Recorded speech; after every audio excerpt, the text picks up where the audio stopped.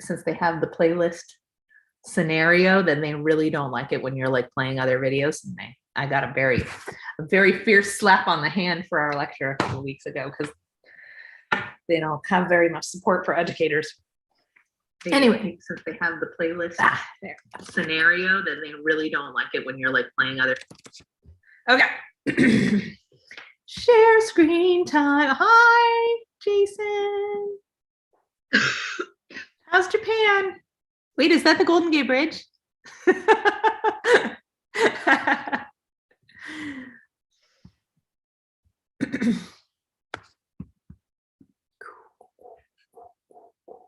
All right. That's not it. Sorry. I want this one. Okay. Okay. So we have same format as last time. You have multiple choices. And those are all based on the quiz questions that we had earlier. Sorry, I'm just froggy today. I apologize. So if you wanted some ways to quickly go through how to study for the multiple choice part of your final exam, you could just hit this quizzes button and just look through the quizzes, like review them. And remember, I'm just going to pick one at random. You have 3 attempts on this one, for example. So you want to retake it until you get full credit, because obviously that'll make your grade higher. And those questions from I don't remember exactly how many, but most of the questions in the multiple choice part of your exam are going to be from the previous quizzes. So there's a couple new ones, but most of it is stuff that you've already been quizzed on a little bit mixed up. So no surprises there. I have teacher view on, so I apologize if it looks a little confusing there. You're like, survey? What do we want to do on the last one? We want to skip the final exam. No, I'm just kidding.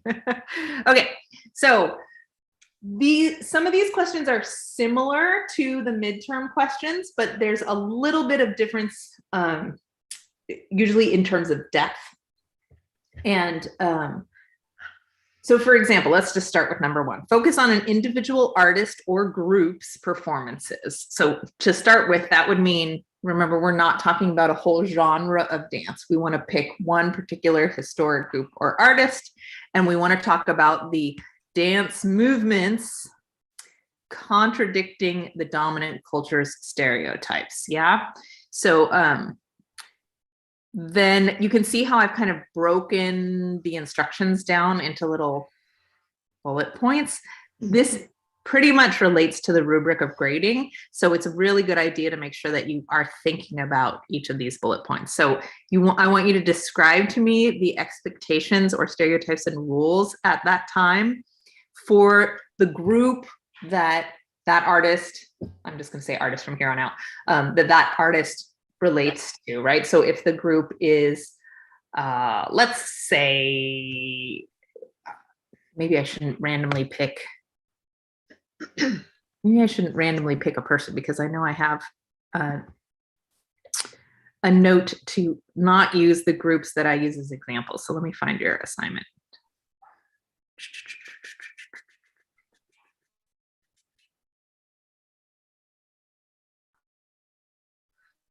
Here, is that right? Loading. Yeah.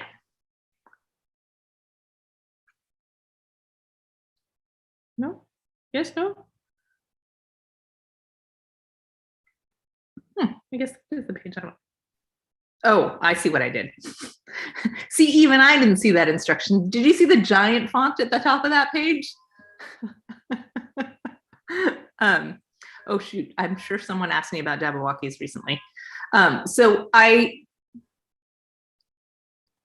Jabberwockies is actually usually a really great example, but I'm going to use Jabberwockies as an example for answering this first question.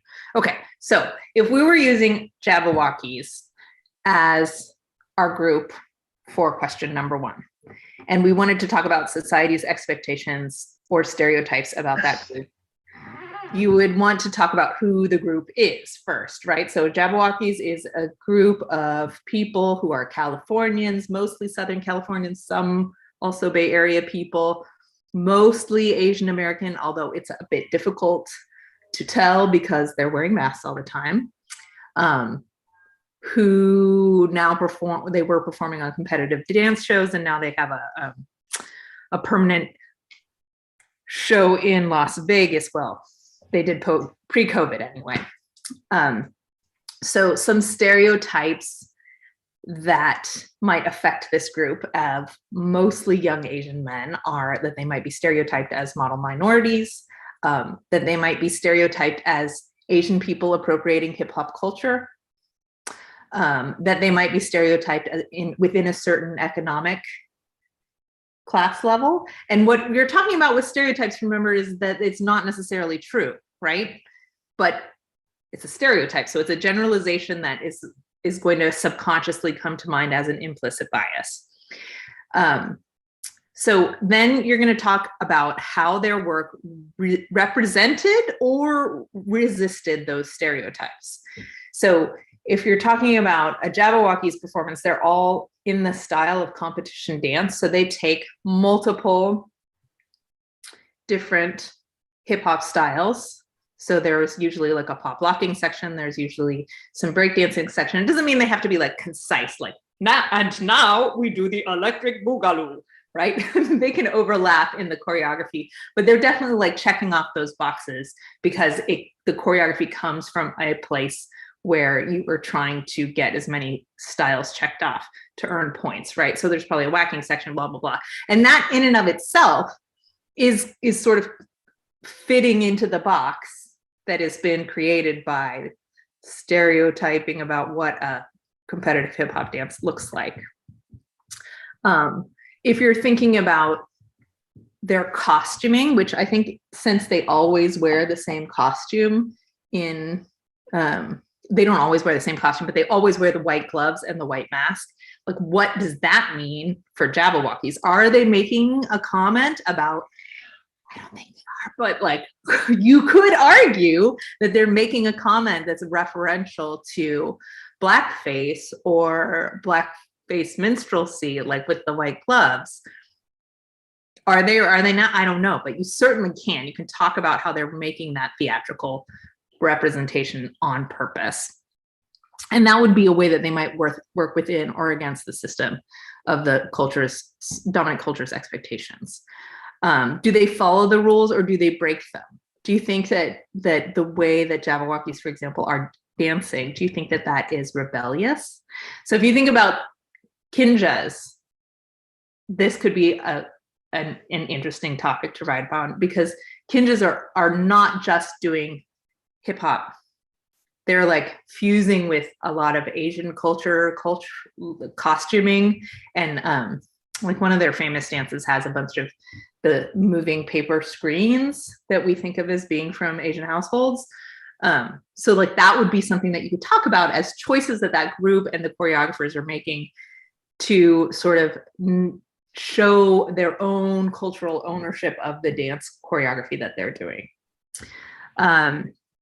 We haven't talked about economic issues in the case of Jabberwockies because I think it's worth stating. So I don't know very much about people who started that actually, except that they're from Southern California and they started in dance studios.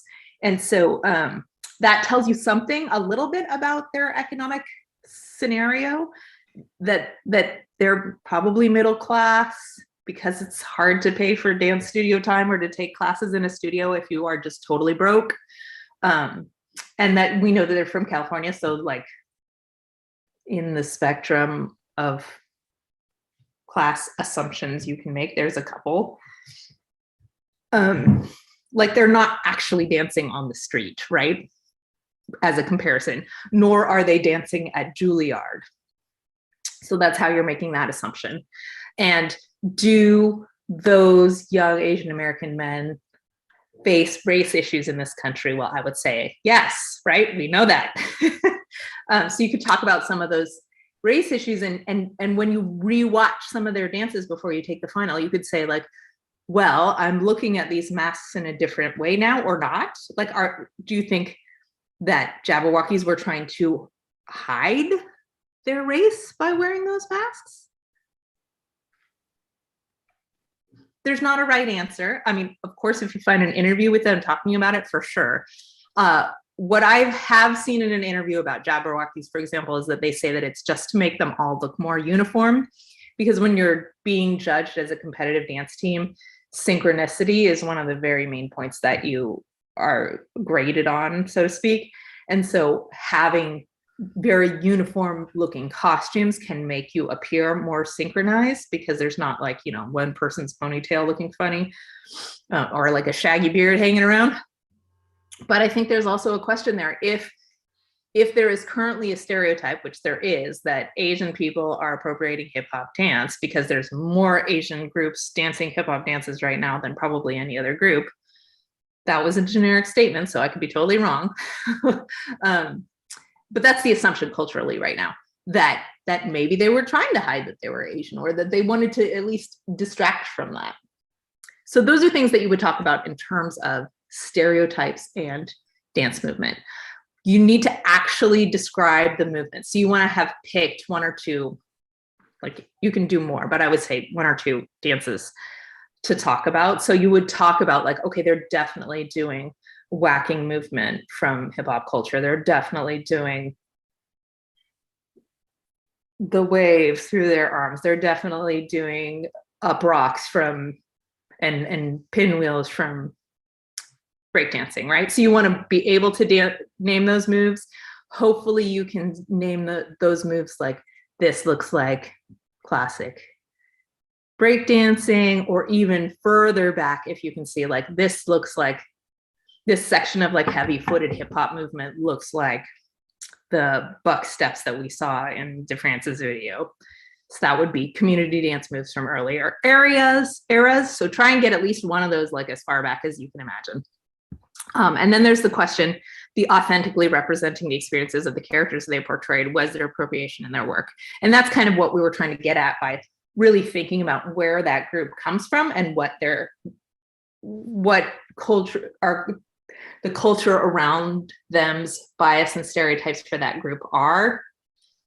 And that is how you are then able to answer this question. So for the case of Jabberwockies, was there appropriation of their work, is a complicated question, right? Because I'm equally sure that even though they are Asian Americans dancing what is, hip hop dances from Black Americans, there is currently a bit of a judgment about that. And I'm sure that these dancers listened to and danced hip hop probably their whole lives, right? Because they're probably 30 years old and they grew up in Southern California and everybody listens to hip hop like that. So that's not strange at all. But we want to be able to name that, especially like when you come to a question like this where you're like, I don't know, it just feels awkward and like you want to kind of make an assumption about it. Don't let it be silent. Just say what you think the situation is. And it's okay to say, I'm not sure, but it's not okay to say, I'm not sure, and therefore I'm not giving my guess. Yeah. Does that make sense, you guys, when I say like, make a guess rather than just saying, I don't know? I've only gotten a couple answers like that before, but.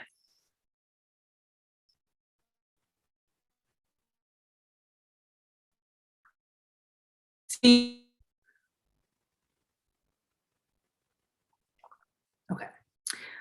So do you guys understand number one? History of the group, stereotypes about those groups, and it can be like stereotypes about the dance they're doing as well. And then movements, like really actually talking about. I found this on the web. Siri. Are we okay with number one? Can we go on? Yes. Yeah. Okay, cool. Okay.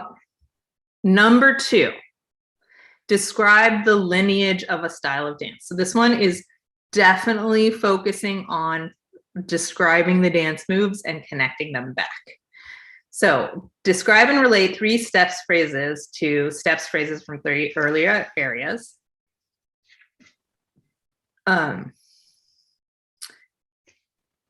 And we're going to start for this question. So we did a lineage question in the midterm where you focused on one particular dance, right? So in this version of the lineage question, we're going to focus on a style of jazz dance, and you're going to pick one or two examples in that style and then trace back from there. So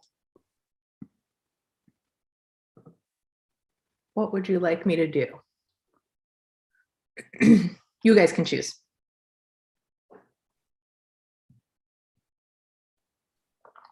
Patrick, do you have a request?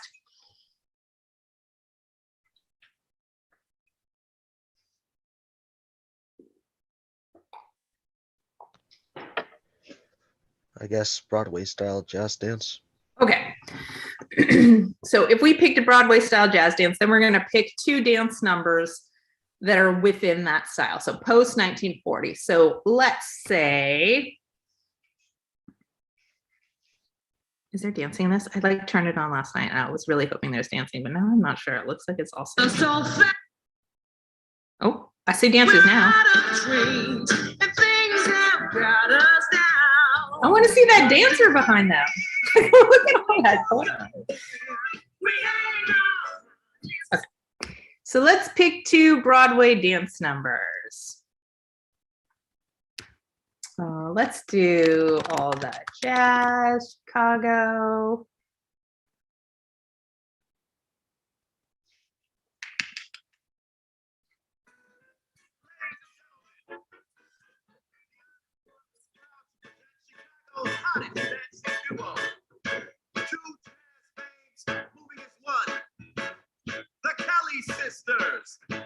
Okay, so here we have Broadway style jazz, but it's Rob Marshall, right? It's not the original Fosse. I'm gonna skip forward. In fact, I'm gonna pause for a moment because we know that YouTube has been mad at me. I'm gonna skip to here.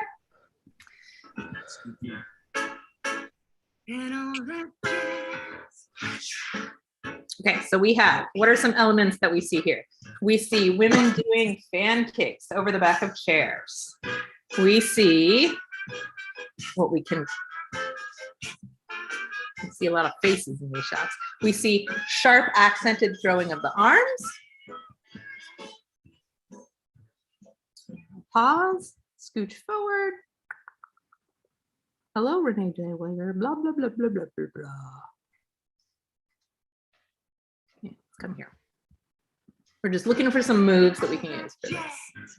We see a dip with two people where she's putting the cigarette back into the other person's mouth. In case you shake a heart, I'm on a brand new start to do that. Let's go, baby. But I didn't even okay. That manager guy. Don't worry, Roxy. It's all taken care of. And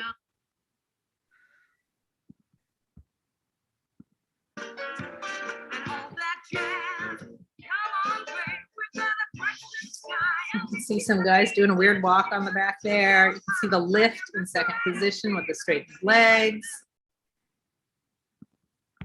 Scooching forward.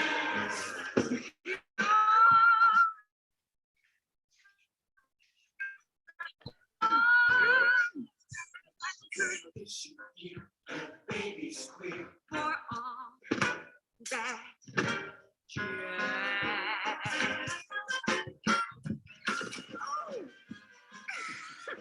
Where is Bruce Witz? This is Hart. This is Fred. He's my brother. All that jazz.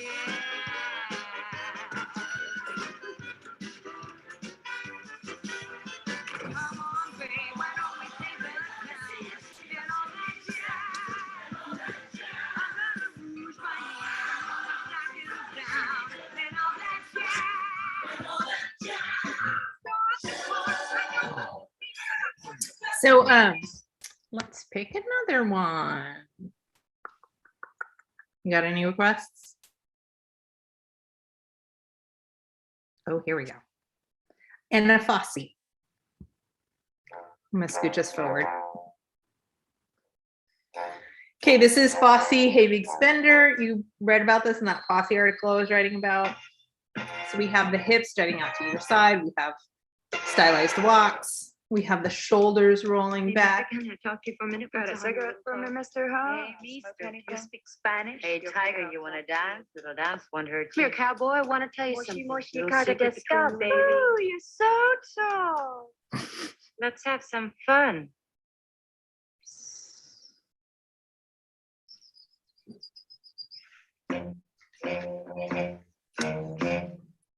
Stillness, dead stares from burlesque, legs akimbo in, right? We have the, look at how all their ankles are like bowed out to look as jangly as possible, which is stopped here and deadened here because of Fosse stylizing things to look like really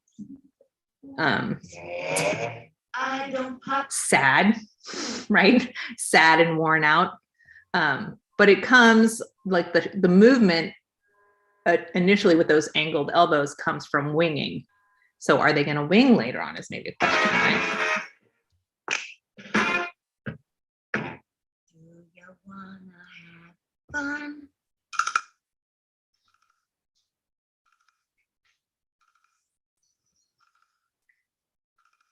How's about a few laughs? I can show you a good time. Do you wanna have fun? Fun, fun. It's like the creepiest, most scary and wonderful thing ever. Fun, fun, fun, Syncopation. good time. Good job. What do you see there? There's our Fosse amoeba, the whole group smoogling along together.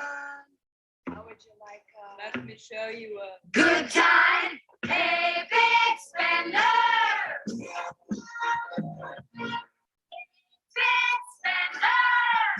You could certainly argue that like the dancing that they're doing when they are start to move is I know it sucks that I'm supposed to like pause and break this up so that YouTube doesn't get mad at us. So I apologize.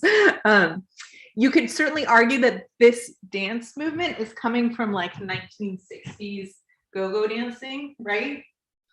Which is the whitened version of the Motown dance moves. And also it's like thrown sassy in the 1960s, the go-go dance moves that from smooth Motown dance moves.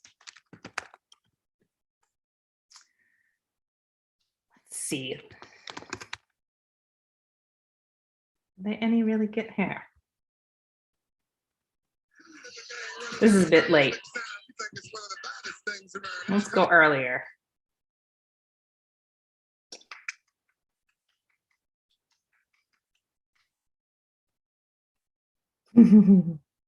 Boys to Men. Oh my goodness. Hair.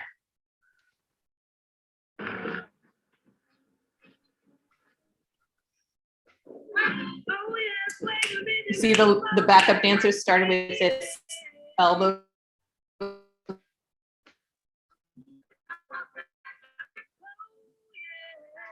And we have that in Big Spender.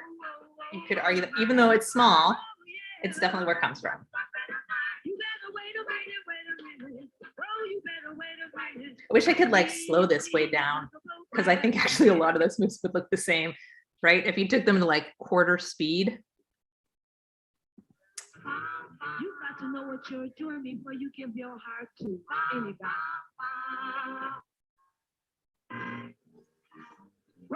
Knee popping out. Okay, so does that give you an idea of how you're basically looking to trace back moves from one thing to another? Scooch forward, see what we got here. Little miniature shoulder rolls.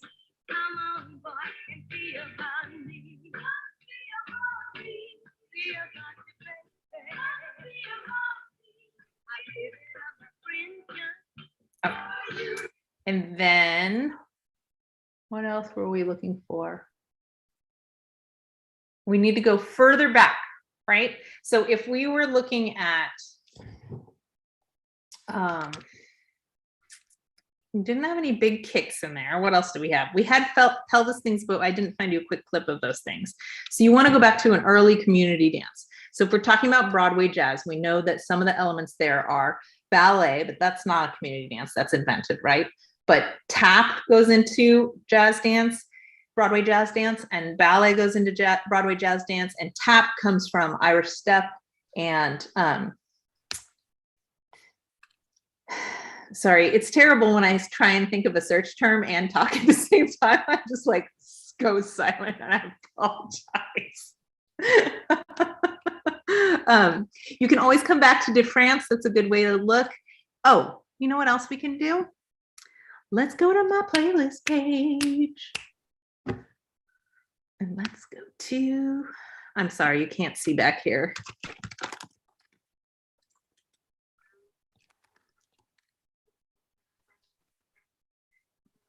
I could give you this list. How would I do that? Would this be helpful? Right? So you actually have, you've seen all of these videos. They're in they're in the community dance module. But this is a great way to like scan through here and put some dance steps back in your mind so that when you see them again in the dances that are more modern, you can be like, oh, this looks like gumboot dancing. Oh, this looks like indlamu, right? Remember we talked about giant kicking, but not the straight-legged kicking of ballet, right? But instead kicking with a slightly bent leg and a flexed foot.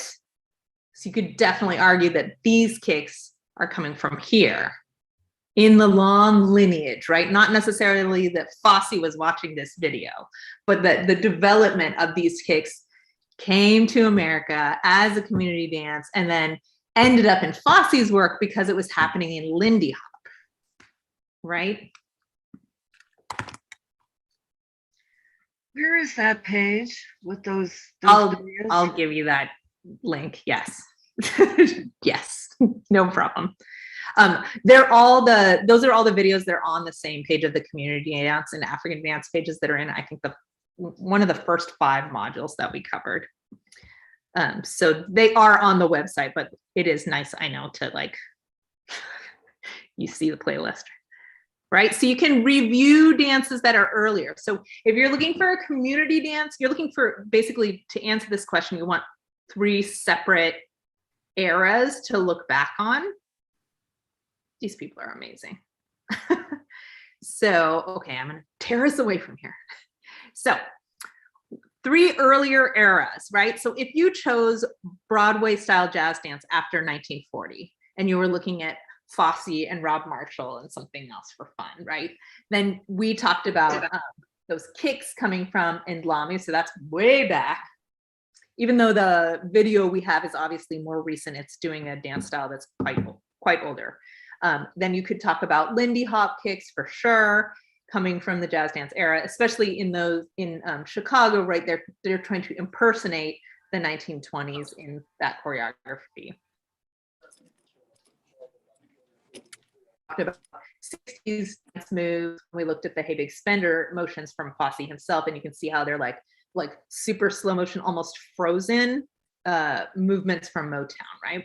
So the Ndlamu dance, the Motown dance moves slowed down, and the Lindy Hop are the 3 older dance moves, the 3 earlier eras of dance that the steps came from in the lineage that led us to the Broadway style jazz dance for those 2 examples. Does that make sense? You want me to rephrase it, or are we good? Yeah, okay. Yeah, so for this lineage, just to recap, you're gonna start with 1 or 2 videos or like a specific choreographer or something so that you're examining. And notice all of these are fairly current, right? So like post to 1940, but most of these examples are later. So this would be a place where you could definitely use kinjas, for example. And then you want to pick 3 steps that look like 3 older steps, and those older steps should all be from earlier times, and preferably from different earlier times if possible, right? Because you could easily have looked at those Broadway videos and said, everything's from Lindy Hop. But try to see if you can pluck things older and right. Clear? Okay. All right. And that's what this part is, the 3 different eras. So for example, we talked about the Inlamu kicks that would come from pre-Civil War. Reconstruction in the early 1900s, there's our jazz dance, the Lindy Hop. Well, actually, I guess Lindy Hop comes from here. And then post-Civil Rights era, we talked about it's not really post-Civil Rights era, it's during Civil Rights era, but we talked about the Motown steps from the 1960s, but they were before the videos that we were watching. So this is an example of like choosing from different eras back in time so that you're spreading it out. Yeah. And community history. So of course, when you identify a dance move, you also want to identify who's doing it, right? The Inlamu dance was coming from the men in Africa. The Lindy Hop was done in this case by the Whitey's Lindy Hoppers who were in New York City, and the Motown dancers, I think, were from Chicago in the example we had, and they were Black American women. So try to state that, because remember, when we don't state that, it sometimes become whitewashed or erased. Okay, I think that covers this. 3 steps, 3 eras, 3 communities. Yeah, okay. Moving on. Number 3. Number 3, okay. Famous dancer or performing group overcame the economic obstacles and class caste discrimination of their time. Okay, so I'm definitely going to use Bojangles for this example, which means please nobody write about Bojangles. Do not use Bojangles. Everybody writes about Bojangles. It's just, it looks like copying. I know that you guys are probably not. He's just such an obvious subject. Okay. So describe the economic realities of their time. During the time of their career, what were the chances that a person of their heritage identity might move up in the class system? For Bojangles, it was practically impossible. He was such an incredibly talented tap dancer that he was world famous, right?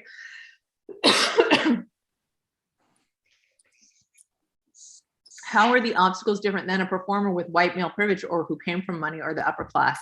This is important because I think a lot of the time, due to the way that we in modern times think about social media and romanticize becoming a pop star, I think sometimes we think like, oh, if I just work hard and have talent, I'll make it. And like, it's way harder than that. Sorry, I don't want to be a downer in the holidays, but like so much of, I'm gonna have to be a downer. So Please much bring the pain. bring the pain. So much of fame has to do with corporate power. And it's been that way.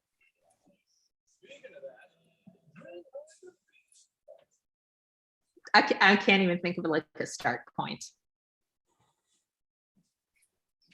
So what I mean by that, okay, so I have some friends who were almost signed musicians, and you can read books about this. So this is not just anecdotal knowledge, but say you're a really talented singer and songwriter and you go to LA and you say, check out my tunes to a man from the music company, and because you know it's going to be a man, and sorry. And he says, wow, you're so talented, we absolutely want to record you. So you come in and you record a song with them on their dime, which is good because it's probably at least $100 an hour to be in a proper recording studio, not counting the time of the sound engineer or the editing crew. So let's say you record a single, or let's say even you save up all your money and you record multiple singles, and somehow you happen to get them produced and re-edited in a way. And this could be true for dancers now, video editing, right? Which is becoming easier and easier and easier and easier. It's mind-boggling. Let's say all of that happens and you end up with a single music video with dancing, and it's so good that it goes viral. So good that it goes viral. Let's say that YouTube finds your viral video. I know this is a little old now because TikTok, right? But if YouTube finds your video is gaining a lot of attention, for example, you go to a convention and someone famous tweets about your artistic product, and YouTube features your video, or TikTok features your video, right? For a week on the main page. This happened to me. And you get 1 million views in a week. Then once that viral moment is over, that's it. And at that stage, if you weren't working with a corporate entity, so I wasn't, then you probably didn't even think that was going to happen. So you probably didn't have monetization built in at that point. But let's say you were a singer, for example, or a singer dancer like Fred Astaire, and you were working with a movie company. At that stage, the company owns all of the profits because they have to pay back the people who did the recording and the editing. But on top of that, if you're a musician, for example, your music doesn't get aired on the radio, on playlist channels, on Apple iTunes, or featured on Spotify, unless the corporation has decided to do that.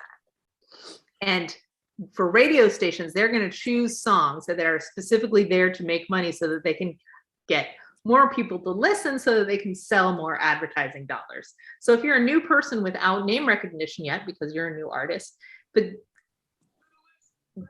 radio station, Spotify channel, playlist, is disinclined to play new music because it's not going to guarantee the listeners that guarantee the advertising dollars. So when you do see a person, for example, like the Disney stars who came out through High School Musicals, making it in the business, it's because they've already been vetted and compared to other people by the corporation for saleability. And then when they do take that track and push it, they're going to spend $200,000 pushing it across all of the labels.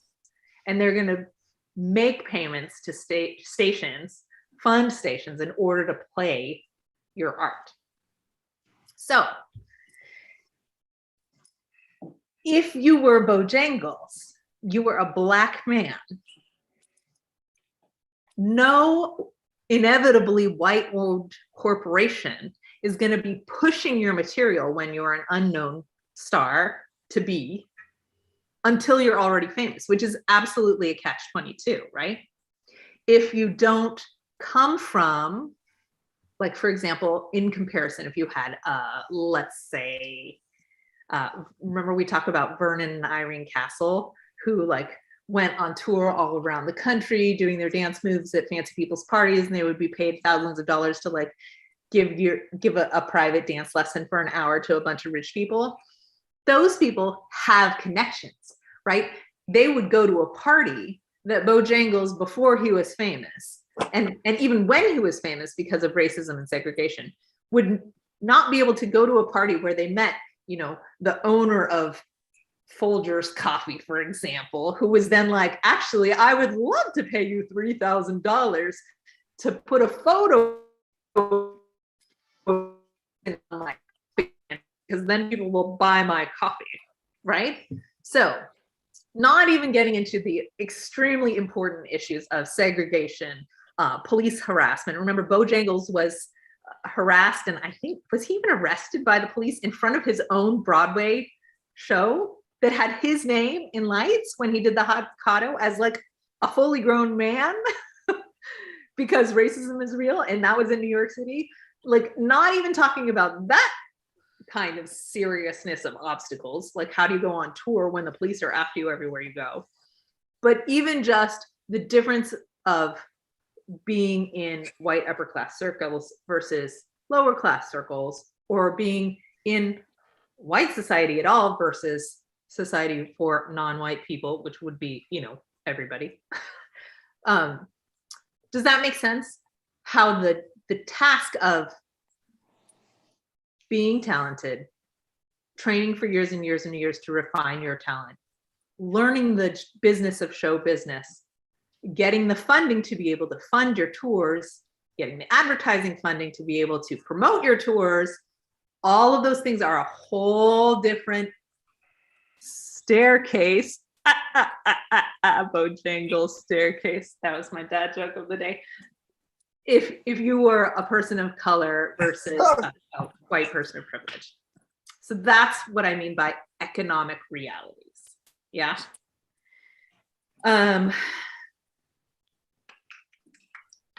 Okay.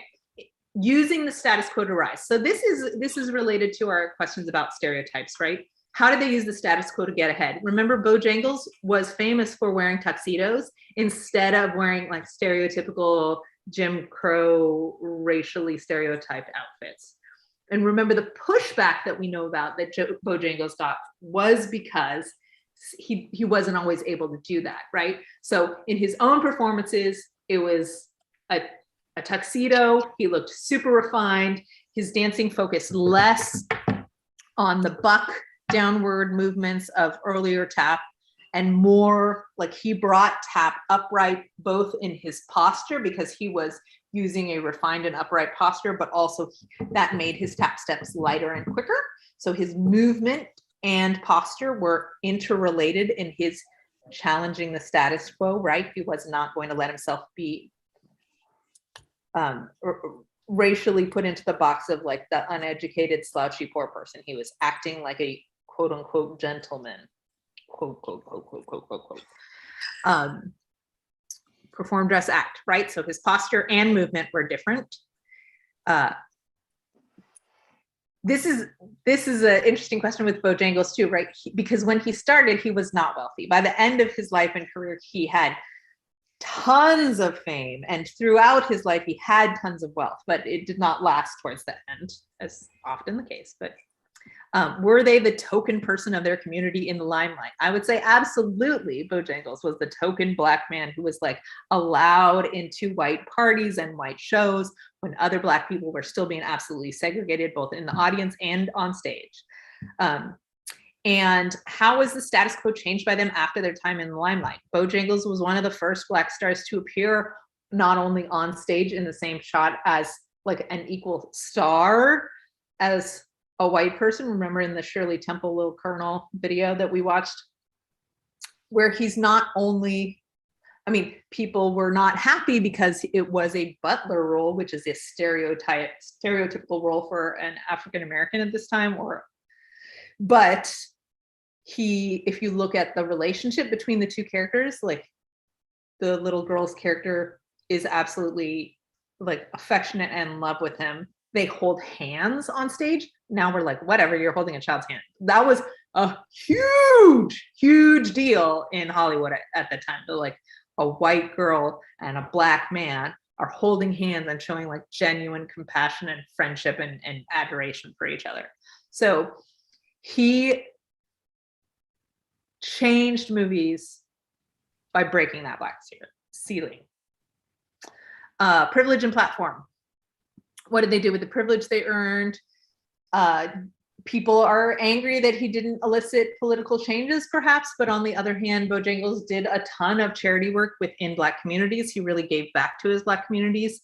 Were they able to reach a larger audience with their and it's exemplified by the Little Colonel.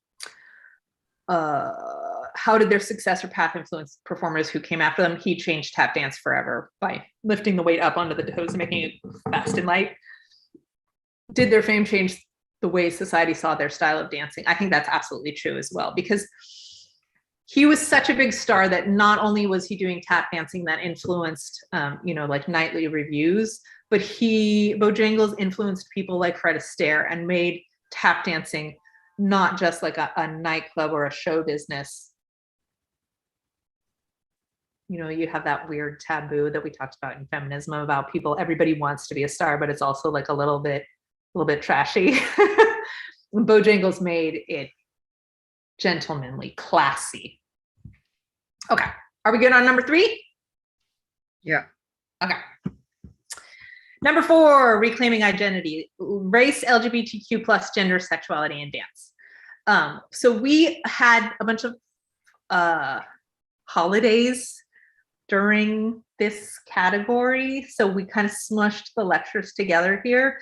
I usually spend one of our whole lectures like plowing into the modules that are actually talking about the terminology about gender as opposed to sexuality, like what does it mean to be gender fluid versus cisgen, what does it mean to be, what is a drag performance, etc. So I'm hoping that you guys are okay on those terms from the reading and videos. But I just want to, is there anything that you're really like, I don't get it? I know it's kind of an awkward question to ask because it feels embarrassing to not know since it's hot topic these days. Let me just say, I'm going to keep going. All questions are welcome.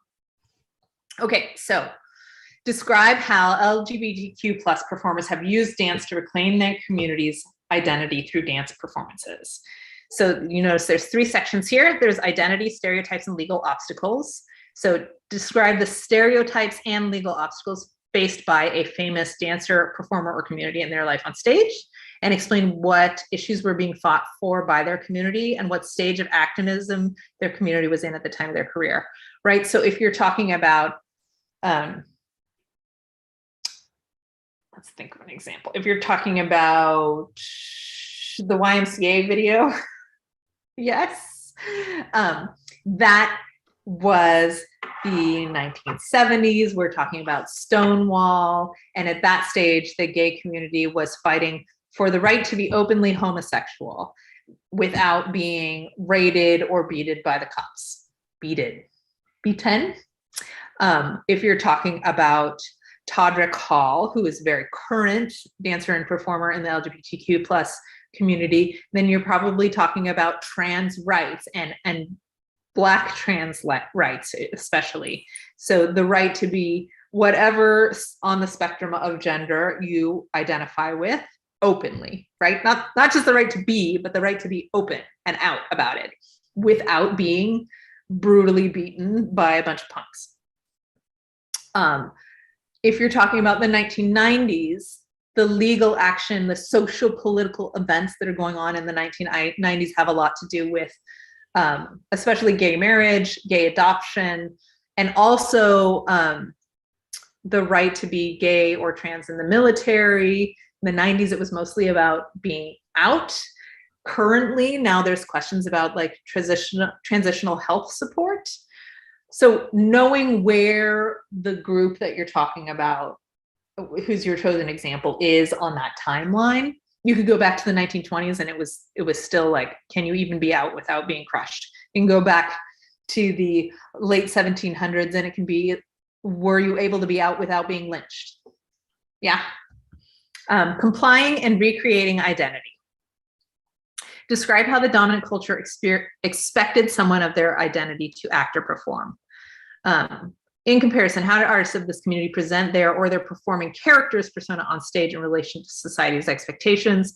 Give examples of how that was revealed in their movement dancing. If possible, give examples of how they flipped stereotypes or made dances which challenged the audience's expectations of their community. So if we're talking about, for example, the YMCA,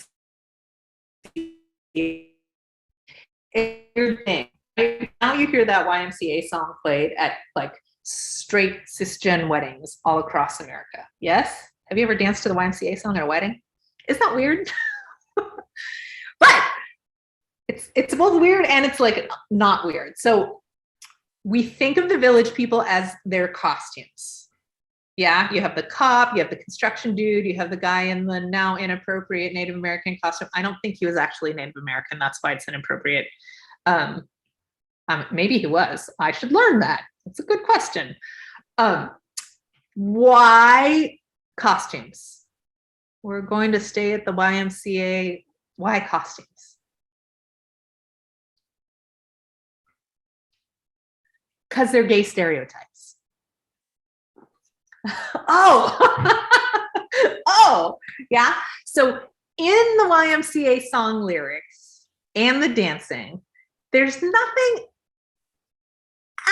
absolutely explicitly gay, except that it's also totally gay. It's mind-blowing. The song is about how when you go to the city, you can go to the Young Men's Christian Association. If you forgot that it was a Christian association, there's your little reminder. And you can meet some nice, friendly people, and you can have a clean place to stay and take a shower. Those are the lyrics. The dancing is just straight disco dancing, and they're walking on the streets in New York City, right? Because you go to stay at the YMCA when you're new to town, because subtext, because you've been kicked out of your home in your small town because you're gay. And then you go out dressed up to the gay bars in your gay stereotype costumes, because the cop is representing also like BDSM community stereotypes. And really, it was well known that that YMCA in particular was a hookup place for young gay men. So not only would you meet some nice people, but you would have a nice shower, right? And yet, because it was all just like playing on this line of awareness, it somehow made it into popular culture across America, where we play it at cisgen weddings. Like, what? But that is kind of the brilliance of it, is because what does that do? That normalizes homosexuality. The song probably got popular, and then people started to realize that it's all about gay culture, but by then it had gone viral for the 1970s, and everybody was already dancing to it and doing the letter-shaped dance, and like everybody loves it. And hey, you know what? Maybe gay people aren't so bad after all. Yeah, they complied with the stereotypes about gay people in their cute costumes and got into the subconscious of American culture, thereby normalizing gay culture in straight cisgen American culture. That would be a way to flip stereotypes, kind of, but certainly utilizing the stereotypes, yeah? Flipping stereotypes, of course, you could talk about how Josephine Baker is super famous for the banana dance, right? Where she is dancing the character of a sauvage, as they called it in France, of a, what is the right way to say this? She's doing African community dances, right? Like the Mutwashi hips. She's doing it in a invented version of a native costume, right? Nobody actually wore a skirt of bananas. I'm sorry to, break your expectations there. And she was topless. And in that banana dance, she's also like dancing, quote unquote, for the man in the safari outfit, who is the symbol of colonialism. But no women were soloists on stage having a whole show of their solo numbers before that. So even though she's playing the stereotype of a wild, sexually available Black woman that the colonial man can take advantage of, she's flipped the stereotype because she is the solo star. She is the superstar. And that colonial man just lays there the whole time. And so she's both acknowledging the stereotypical power and racist tropes that are being placed on her Black female body and flipping them. She's the person in power, right? She would walk off stage after doing the banana dance. She might go out to a party walking her pet leopard around Paris in a tuxedo dressed as a man. She would sometimes bleach her hair, and she would sometimes wear the stereotypical clown white minstrelsy or minstrelsy clown outfit and like roll her eyes sideways, because she knew that portraying those racist stereotypes on stage would bring the people into the theater and make her rich. And it's not comfortable, but she wielded it with power. So that's a flipping stereotypes example. So where could that be? Could be an example that you use in number 1. Could be an example that you might use in number 3. Lasting effects for, back to question number 4. In what ways did they change audiences' expectations? So we talked about the Village People and how like they became a household name, and people began to accept gay culture.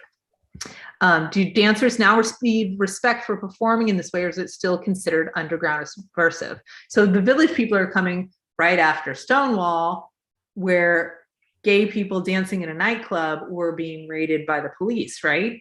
But now the YMCA dance number and doing those movements that came from that gay boy band. Could we call it a gay boy band? We might maybe call it a gay boy band. Now it's like a wedding dance. So absolutely, the Village People changed the respect that was given for that dance and the communities that were doing that dance forever after. If you were to talk about like in the past 10 years, if you were to talk about drag culture, right? Todrick Hall being an example of like men dancing in heels, doing jazz dance in drag. In the 1990s, that was still just barely not scandalous, right? RuPaul himself became famous in the 1990s, like late 80s, early 90s. And at that time, he was like the only man dancing in drag, right? But now, 30 years later, now it's very cool and very accepted.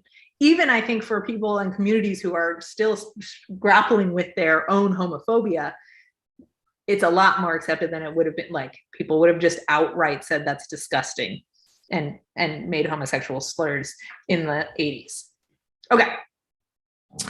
I think that is covered. Have the laws or rule changed, right? So we started with some legal obstacles at the beginning of this question. So we want to come back to answer, like, are there actually legal changes that have happened? So if we were talking about the Village People, Stonewall, and the riots that happened after the people were being fed up with being raided and beat by police, the police were not able to raid gay bars after that because eventually sodomy laws were changed and that happened at different places in different times, right? Remember, if you're talking about Britain, their timeline for homophobia and sodomy laws is different than America. So like it's worth doing a little check on that if you're talking about a British company, for example. Okay, does that cover us on number 4?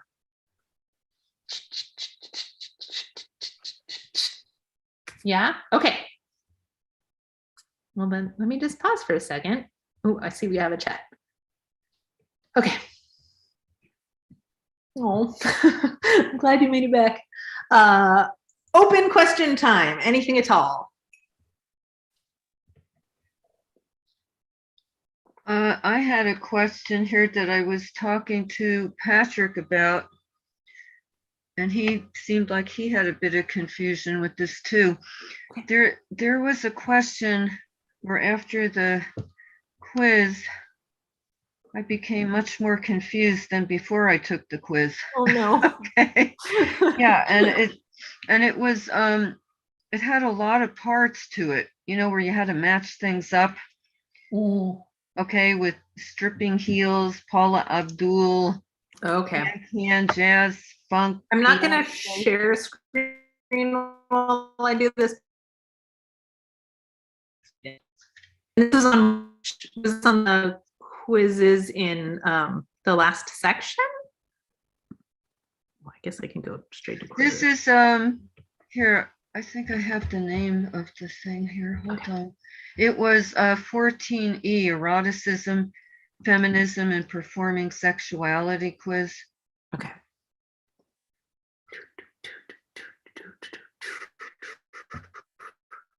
It seemed like, you know, some of this stuff.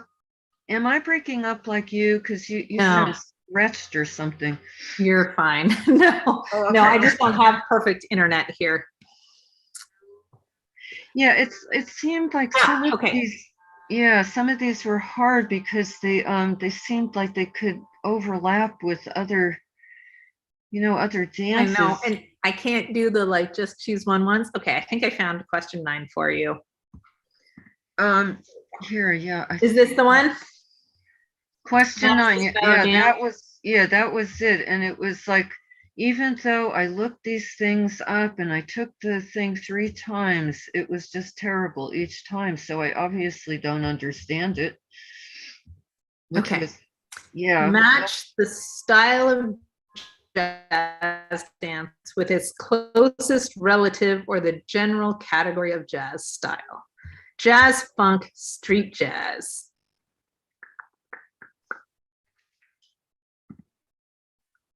Kick lines. That's like the K-pop, right? No, kick lines are like the Rockettes. So- Is there an example of that in any of the dances that we've studied that shows that for jazz funk? Good question. Yeah, because I am. Kick lines. Stripping heels. But then we had the can on there too. Paula Abdul. Jazz funk. Beyonce. Well, Paula Abdul had I put the hip hop because she seems so famous for hip hop. Beyonce. Okay. If I'm only using, well, first of all, this needs to say only use each thing once, right? Okay, Beyonce is definitely gonna be more hip hop than Paula Abdul. I agree with you guys. This question kind of sucks, so I'm really glad that you are asking me this. I will tidy this up. I mean, it was so confusing. I mean, I actually came out of this It quiz. should have been like when I set this up on my end, on the teacher end of this, it's literally like I fill in a box on the left and I fill in a box on the right, and it looks like you're going to just draw a line instead of having these drop downs. And I think having the drop downs that don't like remove examples makes this much more confusing, right? Yeah, because you can't tell. yeah. Like you could use kick lines for kick lines, right? Okay, jazz, funk, street jazz, K-pop, J-pop. I have no repeats. No, I have 2 repeats. No, this one's burlesque. This one. I have 2 things here. Well, then what about like the stripping and the heels? See, it's very confusing. Stripping heels. There's burlesque there, so that's definitely the key for this. But didn't we use the street jazz funk burlesque for something else here? Well, Paula definitely relates to Fosse. So if you're doing a process of elimination, which is much easier to do in the way that it looks on the teacher end of this question, then I would say Fosse is probably the connection here. See, do you remember the take off with us versus the do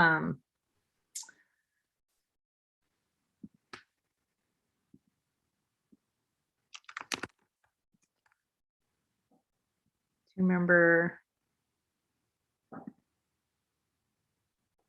I don't know. I looked at a whole bunch of her dances and I didn't really. We talked about how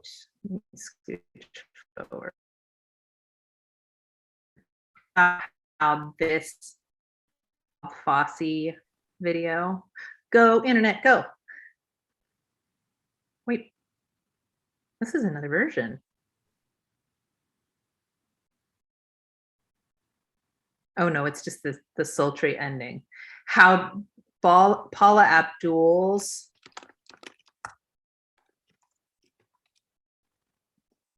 video is absolutely playing reference to this dance where they're like showing off for a bunch of corporate types. They do some dancing and then they are in front of these what do you call those things? The scaffolds in the back, and then they turn off the lights and they get really dirty. it's basically a parody or a remake or a, what's the word for parody that's not making fun of, but it's like in admiration of. It's a bunch of the same poses and same dance moves. It's in reference to the Fosse. And there's lots of Fosse references in Paula Abdul's work. But I mean, that's a little, if you don't have like, move this into this box and then you know that you haven't used it, then there's no, it's not easy to do process of elimination. Yeah, but it did, yeah, it didn't, you know, it didn't let us know what the correct answers were. So it was just kind of an exercise in confusion. Yeah. Yeah. I will edit this, but this I believe is there any, like it didn't make sense here how these things came together. So do you have more questions about other of these that don't make sense? You were saying kick lines. Actually, like I said, I'm confused about every one of them because I took this quiz 3 times and I just gave up, but that I am utterly confused. On Yeah. that question. Well, yeah, each of these. I mean, like the kick line, I put, the last thing I put was Broadway jazz. And I put the can with the kick lines. Can and kick lines should be right. Okay, this is the Rockettes. This is their most famous show. It's been showing continuously for decades and decades in New York City.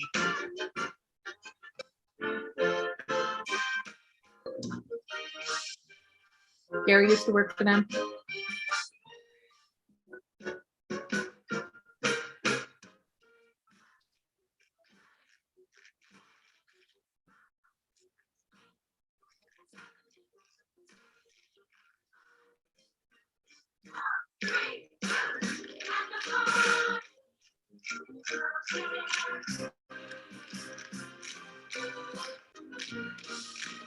Kick lines. That is a kick line.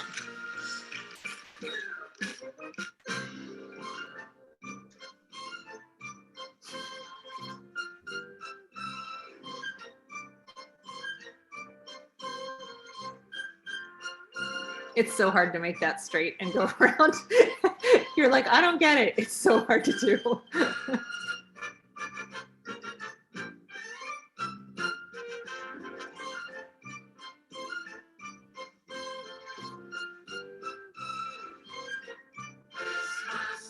Kick line.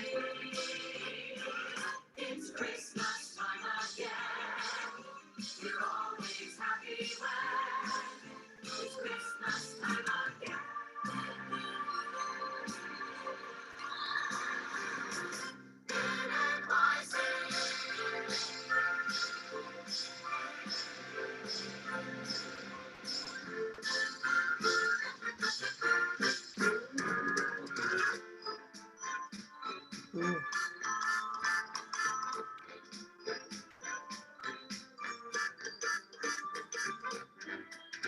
Wow, there's hip hop Santas.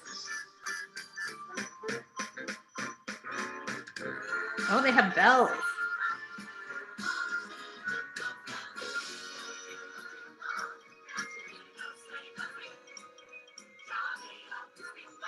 Okay, so kick line, Rockettes, Broadway jazz, right? Because it looks like an old Fosse review.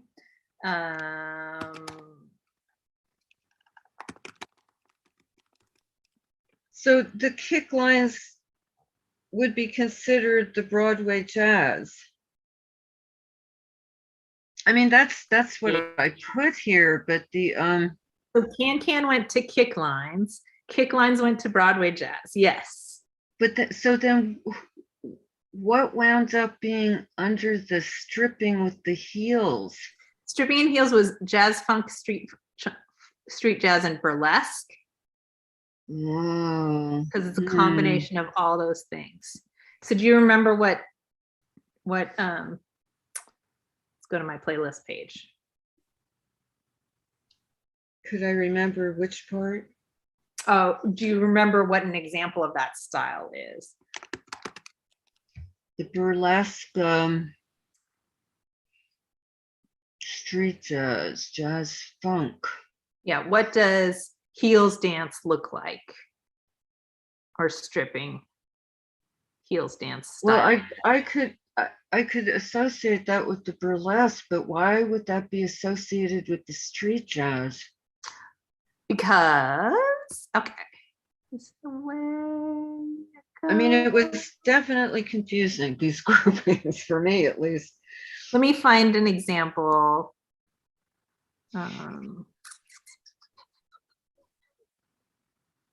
think we want to use pianist Marshall. Here's choreography. Oh, let's do this one. Okay, so heels dancing. Of course, you have to see the heels, right? But it also is related to the dance form that evolved, was evolved by strippers who are using jazz dance moves. They're using funk because there's so like that jazz funk is that overlap between hip hop and jazz dance, right? Which is basically what the upper body is doing here. And then when you get that like low down floor work, that is the element that comes from stripping and pole dancing. So it's not actual stripping, it's just the movement of the stripping. Yeah, the style of dance that was evolved in strip clubs. Oh, Like okay. this, right here, you would see a stripper doing this kind of floor work. Okay. Well, that part helps a lot. Good. That's what I'm here for. Also, can I go take that class right now? That was so fun.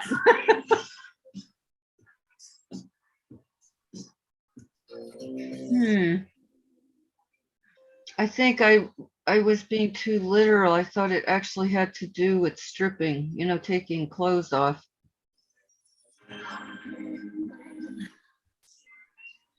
Street.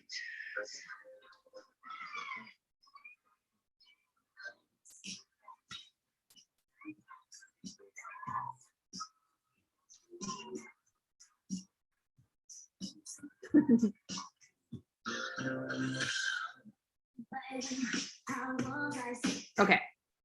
Sorry, it's really hard for me to stop the video. I'm like just totally enchanted. I miss dance classes, you guys. I miss. Okay. Back to that quiz question. Okay, so stripping heels style. Yeah, so match these style of dance. So these are all intended to be style of dance. And then you're matching with the closest relative style. So does that help clarify that part? We did this one.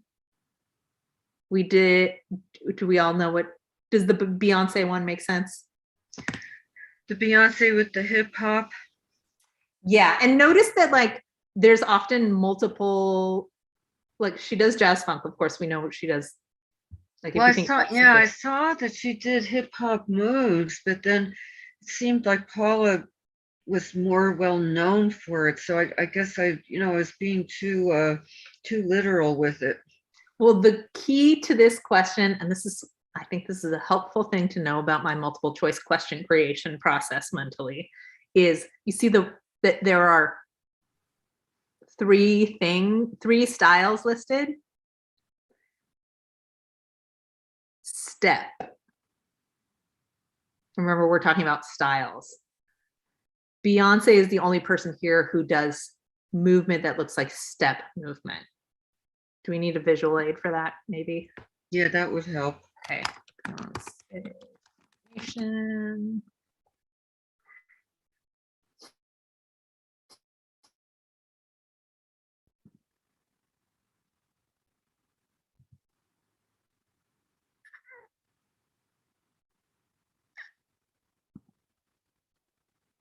Is this actually Beyonce? I want actual Beyonce, not someone else's Beyonce.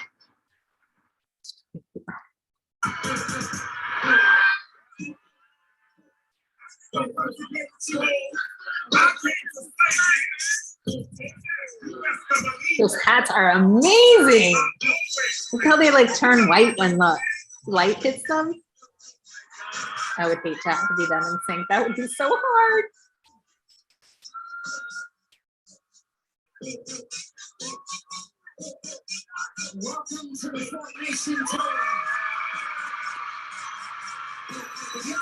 slay tonight, say I slay. You slay today and every day, say I slay. If you came to jam, you have a good time. Come on, girl, let's dance.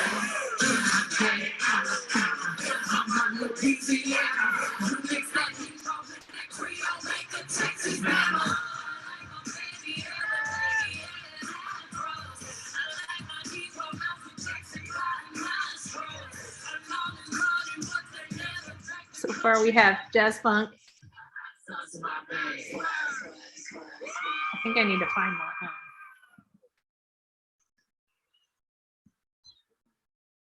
I know what I'm looking for if I look here.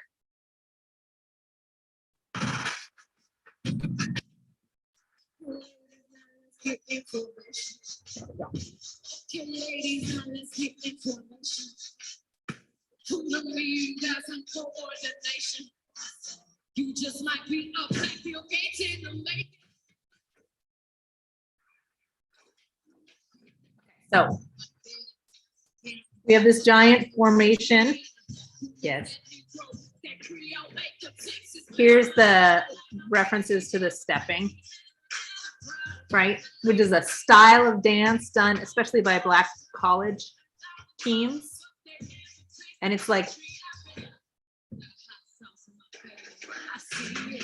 the stepping and kicking from African community dances mixed in with the formation from marching bands. And it's a competitive team skill. So you have to be making formations, perfect synchronicity, and also stepping is related to like patting juba. So often they're clapping. They're not doing it in this video, but often they're clapping and slapping in a rhythm together.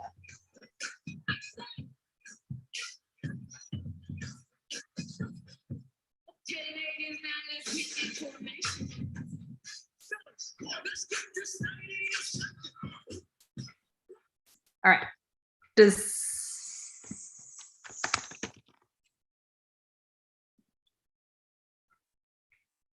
stepping. I'm gonna scooch forward randomly. This is a video at random.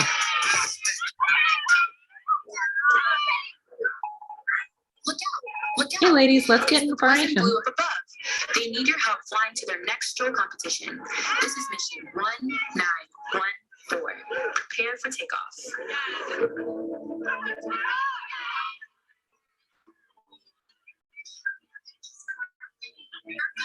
Why do I gotta? Here it comes. Here we go, ladies.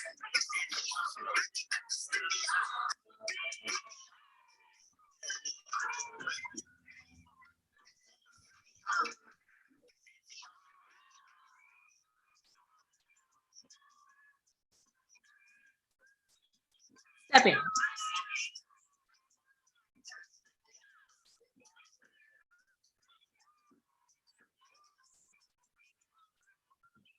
Yeah.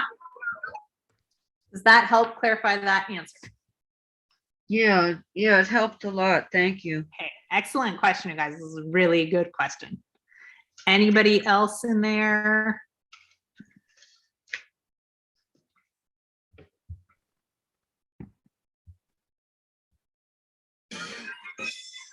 Can.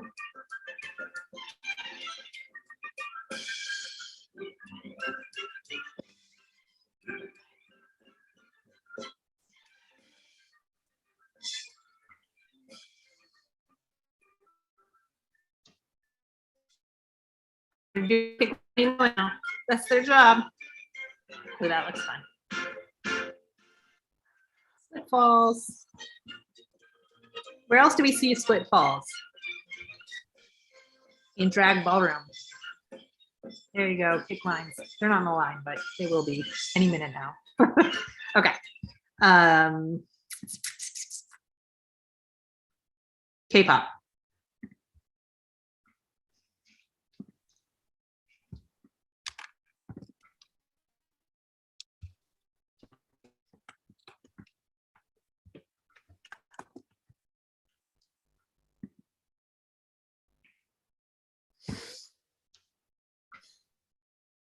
Scooch forward.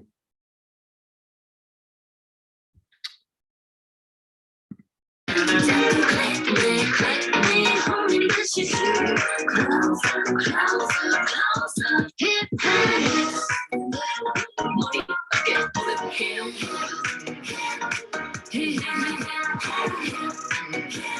머리 어깨 무릎 heel.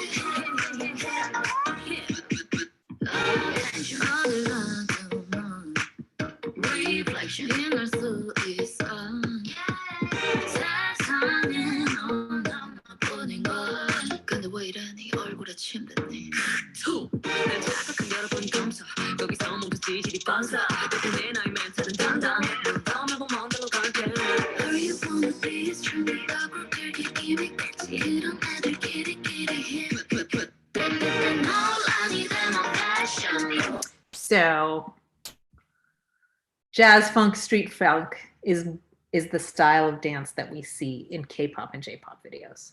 There are definitely also some K-pop bands that also do contemporary, like especially that, what's the boy band? B something. I'm sorry, I'm not thinking of their name right at the moment. BNT? No.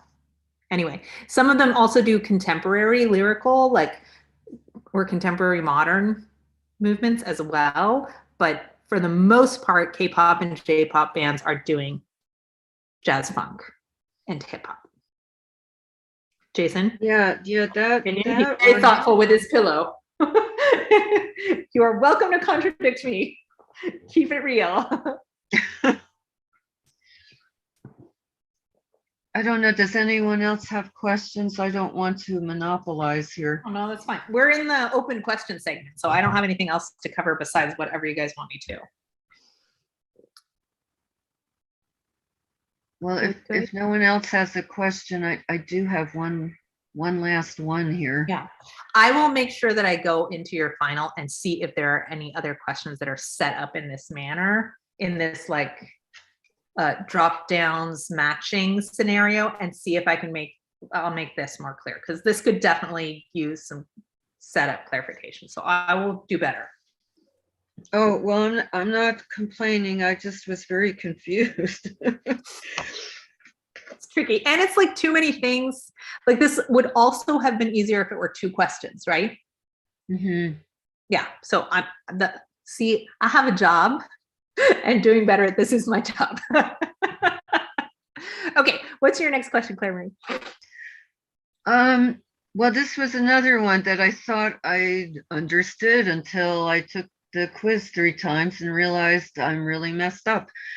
This was question 6. Let me see here. This was about the Same quiz?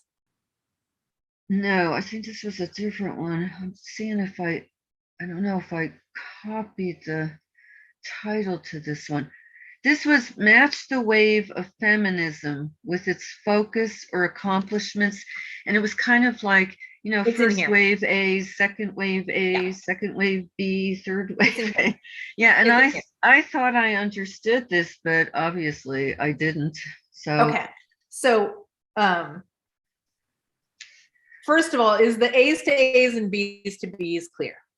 right, yeah, that part is Okay. immensely clear. It's Okay. just that what I chose, obviously my head is not clear about what Okay. fits where. I mean, I put the women's suffrage for the first wave A, but maybe that's not even right because I have no idea what I kept getting wrong on this. That is correct. Okay, Ding, ding, ding. that's probably the only one that is. Okay, second wave. Looking at these options, what are the 2 things that are second wave? Well, I thought it was the reclaiming of the gender and language stereotypes. No. See, this is- Okay, second wave. First wave, you're right, women's suffrage, right? So I always think of like Victorian women. Yeah, Patrick's got a hand up. I love it. Good. Yeah, because I'm trying to understand. I obviously have a wrong understanding here. The second one is the top one. Contraceptive rights. Yeah. And what else For is second for wave? second wave A, It's for second wave A. The correct one is contraceptive rights. Now, Mhm. see, And- I wouldn't have put that there. Okay, all right. I'll And- have to go. And second wave B is workplace rights. Correct. Okay. So second wave is when? Roughly. You don't have to have an exact. I know Jason got this because we stayed after and had a big long conversation about this. Woo, woo. Second wave feminism is, I think of it as like 1960s and 70s.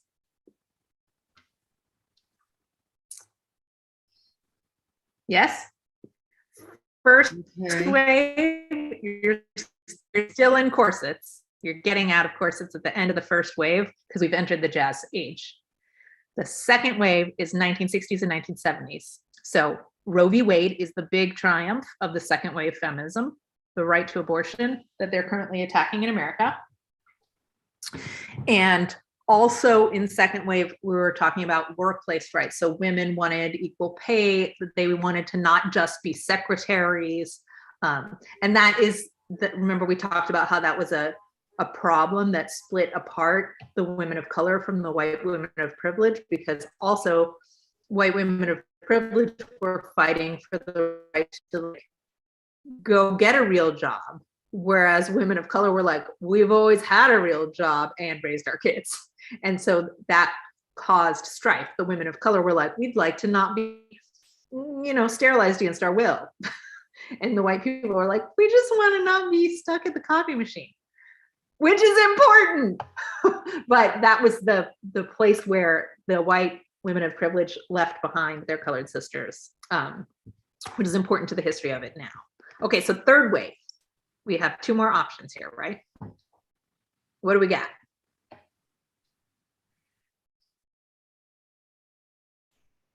Third wave A is reclaiming gender and language stereotypes. And the last one is sex positivity. Positivity. Well, at least I got that one clear. Woo woo. That's important. Okay, so remember that third wave, I don't have fourth wave listed on this question. And remember that there's a little bit, we're just now starting to consider that maybe we're in a fourth wave. So if there were a fourth wave, then reclaiming gender and language stereotypes is starting to morph into like the main theme of fourth wave, because it's about trans women very much right now. But this discussion of like, so third wave, we're thinking 1980s, 90s to today. The right to like be hardcore and wear lipstick, right? Because in the second wave, there was quote unquote bra burning. And in the third wave, there's this like sexual positivity and the fight for you to be able to look and be like embrace your sexuality as a woman and not to be slut shamed.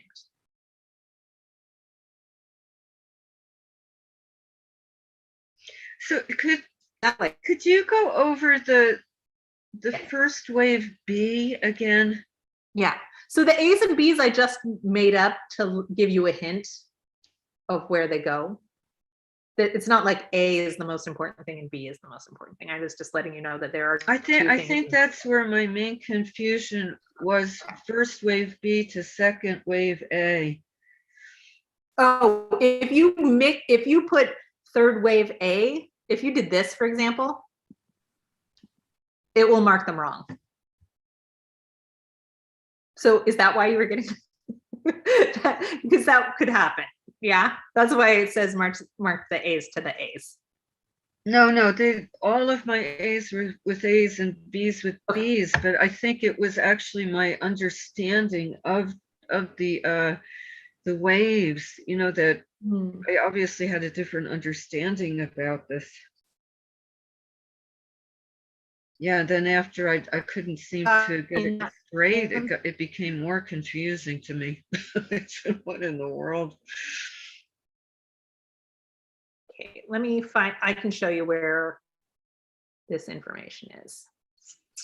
I mean, is the contraceptive rights, I mean, it seemed that, was it associated with the actual ability to have legal contraception? Because I mean, the contraceptive rights were definitely there, you know, for across the board, actually, for all these different periods. But are we defining it by the ability legally to have contraceptive rights, that type of thing, like when it was achieved?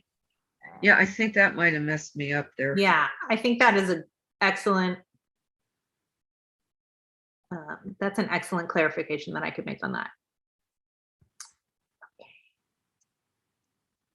Yeah, so this is contraceptive rights.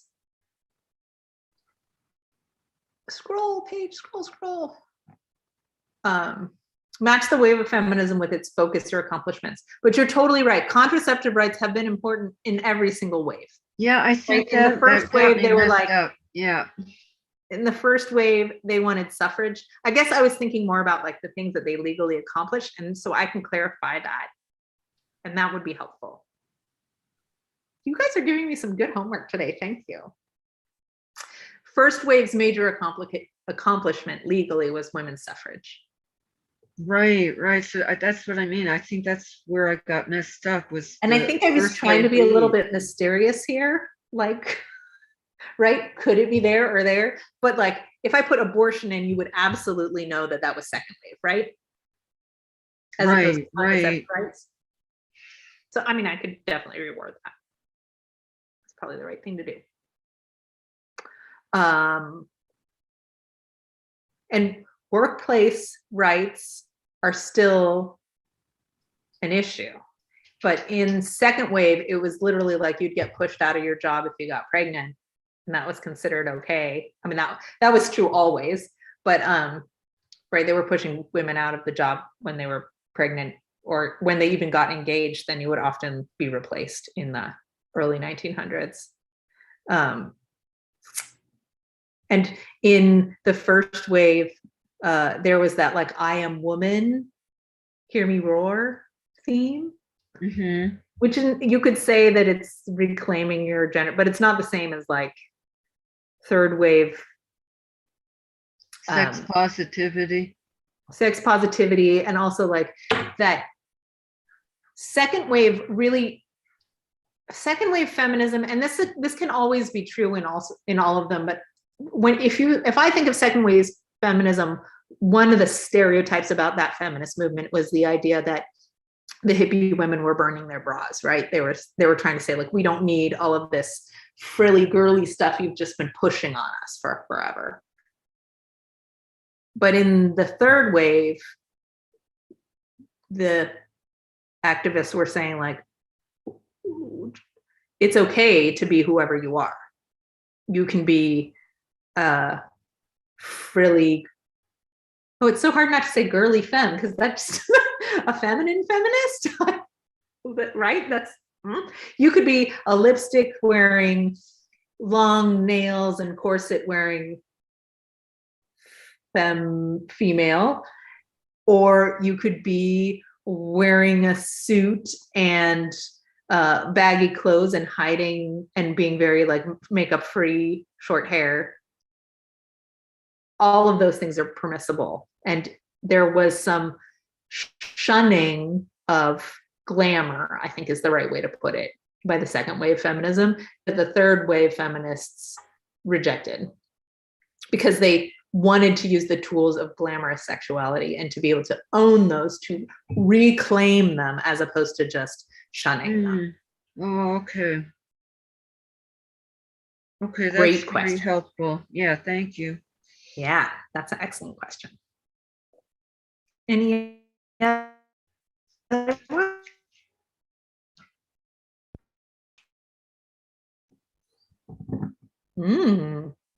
This question was okay? Yeah, I think, yeah, I understand the logic of it now.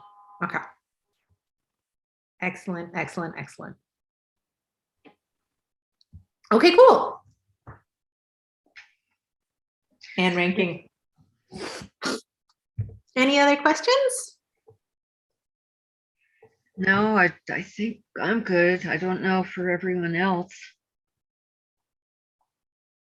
I'm looking to see if I have any folks coming into this Zoom for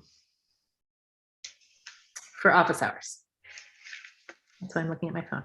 But if you guys are covered, then this is it.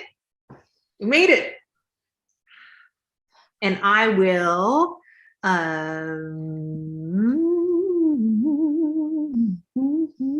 where am I going to be in your class this week? So we have essay topics, bet your dances, subjects for the final exam, discussion board. So you guys should help each other out. If you guys get a moment, please go in here, and anybody who breaks the Bojangles, remember, don't use Bojangles, don't use Jabberwockies, please. So if you see anyone using one of those two things, tell them not those two. Yeah, it will lower your points values. And also remember, you're looking for,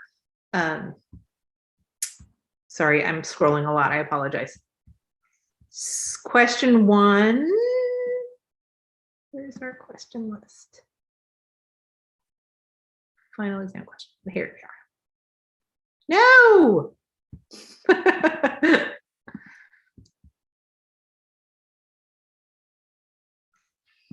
me get that question list. Be clear, please. Here we go. Final exam essay questions. You want to be clear on the subject. So for number 1, you're working with a particular artist or group. Number 2, you're choosing a style and you're using 1 or 2 dance videos to exemplify the style you chose. And then you're going to do the 3 steps or phrases from 3 earlier different eras. For question number 3, you're choosing a artist. You're talking about economic reality, status quo, privilege, and platform. And for this one, reclaiming identity, you're choosing an artist or community. So when I was just peering into the discussion board, I saw someone had answered one of those questions with a style of dance, like old school hip hop. And if you want to write on about old school hip hop in relationship to one of these questions, make sure that you are picking, like it was for question number 1. So make sure you're picking a particular artist who does that style so that you have something specific to narrow in on, as opposed to talking about the style in general. And even when you have this style question, you're going to pick 2 or 3 videos to exemplify it, right? So you wouldn't want to just say tap in general. You would say like tap, and I'm going to focus on Fred Astaire and Cole or whatever, right? So pick something specific because that makes it easier for you to really make your points. So I will take a scan through there, but please help each other out in that discussion. And then your points for, oh, wait, we already saw that page. So that discussion is still open, because I actually posted something asking if it was, closed and dead. I wasn't sure. I had already posted, but I thought it was ongoing, but I wasn't sure. Yeah. Yeah, because yeah, it's open. Oh, okay. Yeah, because Jason had put something in. I was going to make a comment, but then I didn't know if we were still, on that circuit or not. So anytime you want to know if something's open, you can see, well, it won't be. Well, it's kind of like the Zoom meeting. Yeah, the closed. Zoom meeting said it was on the 6th, so I thought I had missed it, and then I thought, I'm sorry about that. That was a leftover calendar entry. That's what I figured, because I got so confused. Yeah. I said, I can't believe I missed Sorry this. about that. No, you did. You guys did not miss me. No, I'm just a mess here. A mess. I said, how could I miss this? So if you go to show by type under assignments, then you can see if something's closed or available until. Okay. Yeah, so where's our discussion? Where is it? Yeah, I mean, it's a little confusing. I mean, I already did one of the peer review for the the Yes. essay questions, but I still have 2 more to do. I was working on them this morning before the class, but then, because it said until the 10th, and then I thought, oh my goodness, did I misunderstand that, Yeah, so it was due on Wednesday, because remember, this is one of those peer review things. You can still turn it in, but let me, It's not ideal. yeah, because it gives people less time to review you. So I'm going to assign late reviews right now. Sorry, I turned off the screen, so I'm not showing everybody's name. So anybody who submitted after Wednesday until just now hadn't had any peers to review, but I just pressed the button to assign some more people. I hope we got to Damien's question. Yeah, so peer review assignment. What's the grading on this peer review assignment?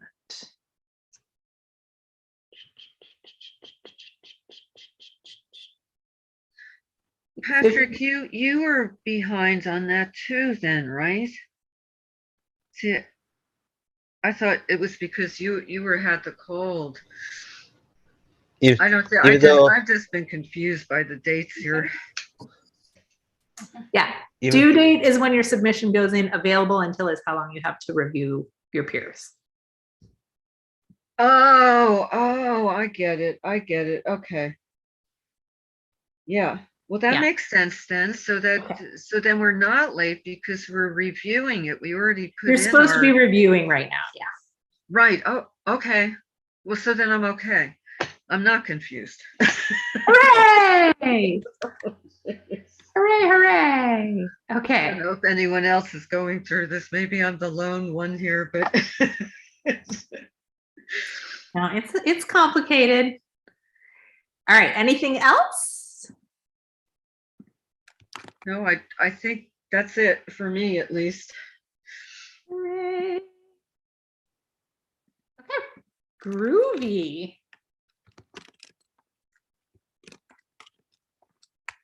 Then I will let you guys enjoy the rest of your fine week. I will scan through your vetting question, and then so my plan is to I try to next wrap up any grading that isn't done. So especially if there are assignments that were turned in late, sometimes I don't grade late assignments until this little moment where I'm like hovering, waiting for you guys to take your final. So over the next early next week, I'll finish grading on anything else that's outstanding and try and wrap up my other classes. And as soon as I can, Monday or Tuesday, I'll start grading your final exam answers. And I try really hard to finish all my grading by Friday. So I notice in your class, you guys still have a lot of access to some of the quizzes, which some of that looked even super late. Assignments. Do you mean viewing access or access to change it? Well, I know you were encouraging those that hadn't already had 3 attempts.